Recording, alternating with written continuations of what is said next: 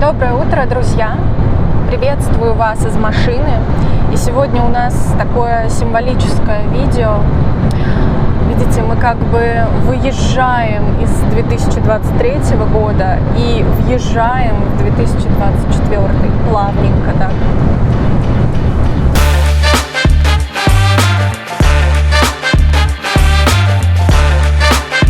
В этом видео я планирую ответить на вопросы, которые вы задавали мне под другими моими видео и в Инстаграме. Перед тем, как мы начнем, хочу поблагодарить всех, кто меня поддерживает на Патреоне. И хочу сказать, что в январе, в феврале вас ждет одна новая классная штука. Подробнее, наверное, я скажу попозже, но если вам интересно, вы уже можете зайти на Patreon и прочитаете, что вас там ждет на 3-м уровне поддержки. Ну а мы приступаем к вопросам. И первый вопрос. Когда вы отмечаете Рождество? Действительно, ситуация у меня интересная. Я из России. И в России Рождество отмечают 6-7 января, православное Рождество. Но живу я сейчас в Венгрии. И в Венгрии отмечают Рождество католическое 24-25 декабря. И в этом году у меня получился марафон праздников. Настоящий марафон. Я начинала 24 декабря. Мы отметили католическое Рождество. Потом был Новый год. И сегодня, кстати, снимаю я это видео 6 января. Православное Рождество. Вот так. Когда я отмечаю Рождество? Всегда, друзья, всегда. Надеюсь, ответила на первый вопрос. Боже. Так, доехать бы до места назначения. Мешают ли брекеты говорить правильно? Нет, брекеты не мешают говорить правильно, но первое время я привыкала к новым ощущениям, потому что моя нижняя челюсть сдвинулась немножко в другое место, во-первых, а во-вторых, я напрягаю губы больше, чем раньше, чтобы произносить все звуки так, как это должно быть. Знаете, я отношусь к этому как к упражнению на свое произношение. Я еще в таком виде буду курс на Курсеру снимать, представляете? Ага. Как дела с твоим венгерским? Учитывая, сколько я времени трачу на изучение венгерского, мало. Дела мои хорошо. Я себя никуда не тороплю, я себя не подгоняю, прислушиваюсь к своим ощущениям, к своему сопротивлению иногда, к своему, знаете, нежеланию сталкиваться с чем-то новым. И это мне очень помогает понять моих студентов, понять вас. На 2024 год я ставлю несколько другие цели, не такие, как в 2023, но скоро выйдет отдельное видео про цели, про то, как ставить цели в изучении языка, и там я об этом поговорю поподробнее. Как вы относитесь к полиглотам, да, то есть к людям, которые знают много-много языков, 5, 10, 15, 20 и так далее? Слушайте, хорошо отношусь к полиглотам, как и не к полиглотам. Кому-то комфортно быстро двигаться в изучении языка. И я в полиглотах, например, ценю вот эту скорость. Они очень самостоятельные, полиглоты обычно, да, они самостоятельно любят изучать языки. Вот. Они общительные, да. И женщина разговаривает с нами. Вот. Но я вас призываю, просто призываю понять, кто вы, да, какой вы тип, как вам комфортно учить языки, и не стремиться за другими типами. Примите себя, поймите, какой вы, и подстраивайте процесс изучения языка под ваш темп, под вас, под ваши потребности, в общем, под вас. Вот. И ни в коем случае не сравнивайте себя с теми, с кем вас сравнивать просто не имеет смысла. Не нужно. А как вы относитесь к полиглотам? пожалуйста, ваши отношения. Вот просто интересно, чем был мотивирован такой вопрос. Напишите. Да. Может быть, вы не верите в полиглот. Как вы играете в своих видео? Стараетесь ли вы? Вот такой вопрос. Ага. Ну, в общем, стараюсь ли я? Нет, я не стараюсь. Знаю ли я, знакомо ли мне актерское мастерство, да, вот в теории. Занималась ли я когда-нибудь актерским мастерством? Нет, никогда не занималась. Это талант врожденный. Дар мой дар. Вот. Когда я выучу всех русскому языку, пойду в актеры. В актрис пойду. Можно ли заниматься с вами на Preply или iTalki?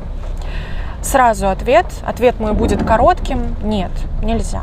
Но поработать со мной лично вы можете в начале 2024 года. И эта возможность есть у патронов 3-го уровня.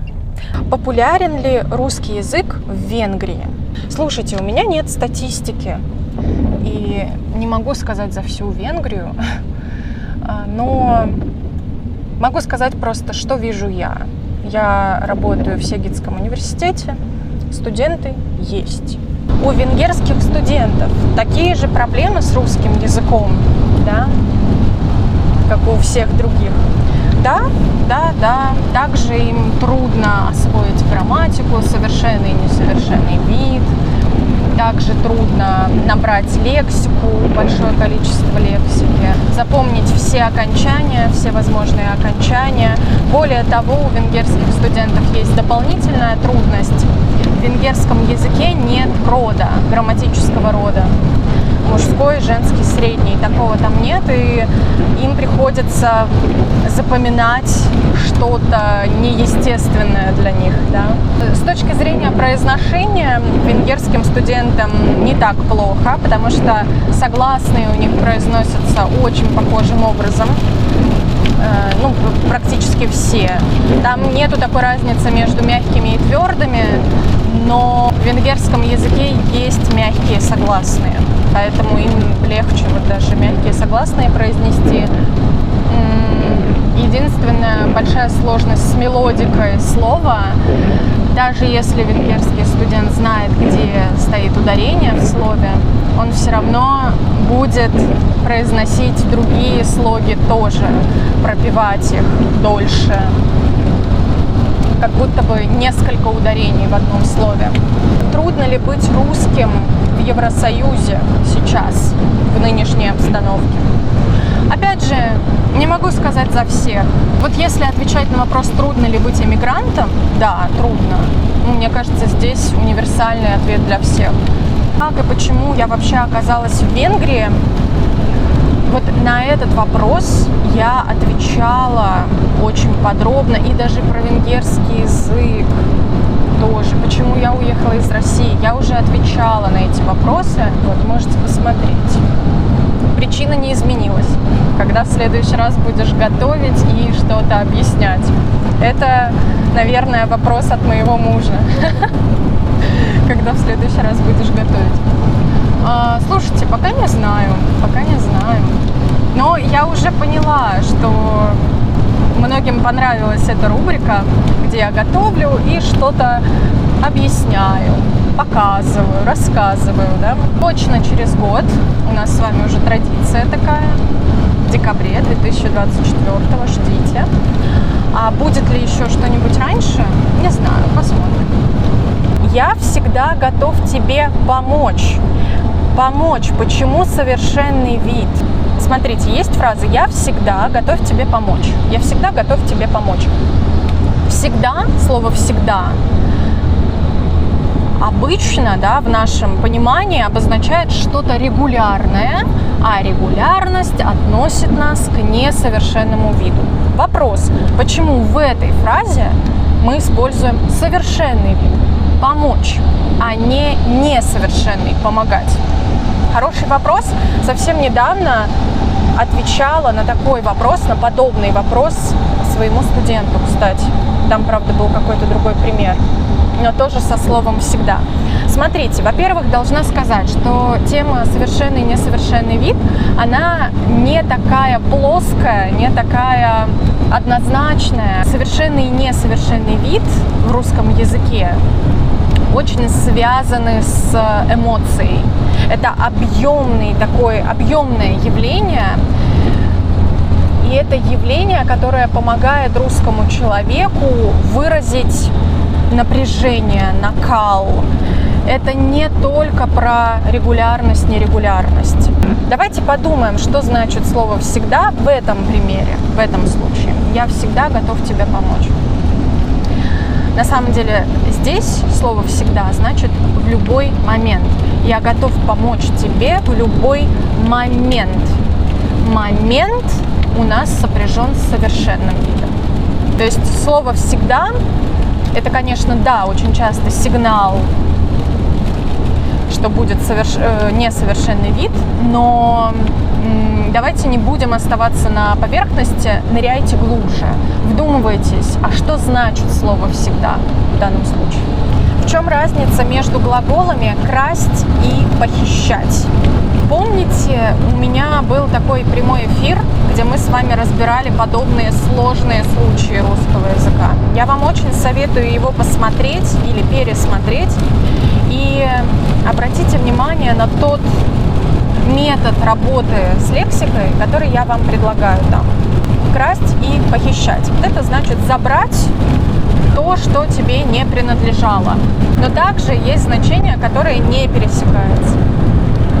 Похитить, похищать обычно используется с живым объектом, с человеком, например. Кроме того, похитить кого-то, или что-то можно с целью получить что-то взамен. Крадут обычно неодушевленный объект. В этом случае целью является сам объект. Например, украсть деньги, похитить человека с целью получить деньги. В чем разница между словами «различный» и «разный»? Разный, да, разные – это не похожие друг на друга, а различные – это с разными лицами. В нашем магазине есть различные товары. Акцент не на том, что товары не похожи друг на друга. Акцент на том, что у нас большой ассортимент. Будет ли видео про венгерские вина? Да, это уже второй раз меня спрашивают, сниму ли я когда-нибудь видео, где я пробую разные венгерские вина или показываю разные венгерские вина. Слушайте, не знаю. Дело в том, что я не умею много пить. Обычно там 1-2 бокала – это достаточно. И если я буду снимать видео, где я пробую различные венгерские вина, я боюсь, что это видео получится недолгим. Что я на себя наговариваю? Можно же пробовать по чуть-чуть. Посмотрим. Хорошая идея, кстати. Будут ли мастер-классы в 2024 году? Ага, это вот вопрос от человека, который пропустил, наверное, мастер-классы в 2023.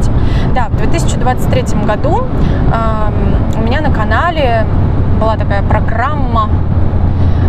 Год был разделен на 4 блока, на 4 темы, да, и в конце каждого блока тем у нас был мастер-класс, мы встречались с вами и, в общем-то, занимались фонетикой.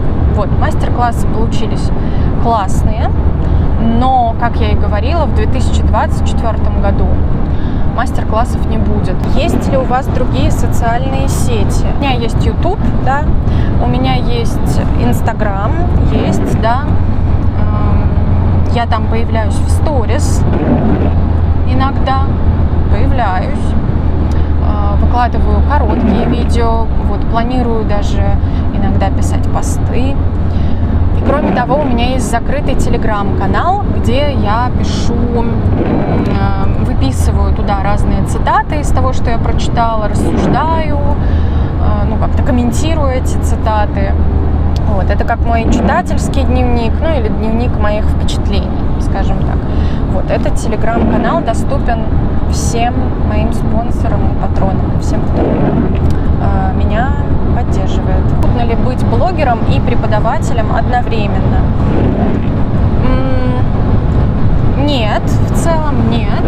Ну вот я не знаю, о чем конкретно этот вопрос. Трудно ли совмещать с точки зрения тайм-менеджмента, да? Хватает ли времени совмещать? Ну вот времени это занимает много, конечно, да, поскольку блогерство тоже стало частью моей работы, получается, что я работаю просто практически постоянно теперь. В этом смысле да. Но если мы говорим не про время, а просто вот трудно ли быть и преподавателем, да, преподавателем серьезным и блогером, то нет, не трудно, совсем не трудно. Наоборот, блогерство, скажем так, блогерская деятельность меня многому учит. Общение в онлайн-пространстве, оно несколько странное. Оно странновато для меня, но сейчас я, конечно, уже учусь, я привыкаю, у меня это лучше и лучше получается, но вообще, когда ты общаешься с человеком в жизни, вот ты ему говоришь что-то, и ты ждешь реакции, ты ожидаешь, что он отреагирует на твои слова. А вот в онлайн-среде получается не так. Бывает, вот ты говоришь, а в ответ тишина. Или, например, знаете, вот перед мастер-классами был тоже такой интересный опыт. Записывались люди, да, и записывалось больше людей, чем приходило потом на мастер-класс. Но я писала всем, кто записался. И вот я пишу письмо, а мне не отвечают на него. Мне это было тоже так странно, как будто бы это какая-то спам-рассылка. Вот, это ужасно странно. И, конечно, еще одна трудная часть в блогерской деятельности – это комментарии. Я имею в виду не положительные, да, не классные, не интересные, а такие, знаете, дурацкие бывают, дурацкие комментарии. Я уж не говорю про токсичные комментарии, да, в этом тоже мало приятного, но бывают прям дурацкие. Особенно от людей, которые вообще не относятся к моей аудитории, просто залетают на мой канал, случайно что-то видят и комментируют агрессивно достаточно или токсично. Но раньше было трудно вообще получать такие комментарии. Очень я чувствительный человек. Вот, с одной стороны, это хорошо, потому что я очень остро чувствую поддержку, например, и положительные комментарии меня очень радуют. Но с другой стороны, это плохо, моя чувствительность, потому что когда я получаю какой-то токсичный комментарий, это также меня сильно задевает. И вот раньше было трудно из-за этого, а сейчас, знаете, трудно не ответить что-нибудь такому человеку. Трудно сдержать себя. Потому что на самом деле хотелось бы иногда вот написать что-нибудь в подобном тоне в ответ, но потом я думаю, нет, Маша, ты же преподаватель. Держите себя в руках, Мария Игоревна. Друзья, спасибо за вопросы, спасибо за внимание. Если у вас еще есть какие-то вопросы, пишите в комментариях. Вот. Но вообще пишите, какой вопрос вам больше всего понравился или какой ответ вам больше всего понравился, в чем вы присоединяетесь к моему мнению, а в чем вы не согласны со мной. Скоро встретимся в видео уже более бодром. Будем говорить с вами про то, как правильно ставить цели в изучении языков и про мотивацию в изучении языков. Так что давайте, последние денечки я вам даю расслабиться еще. Скоро начинаем работать не по-детски. Еще раз поздравляю вас с Новым годом. Отдыхайте и скоро увидимся. Пока-пока.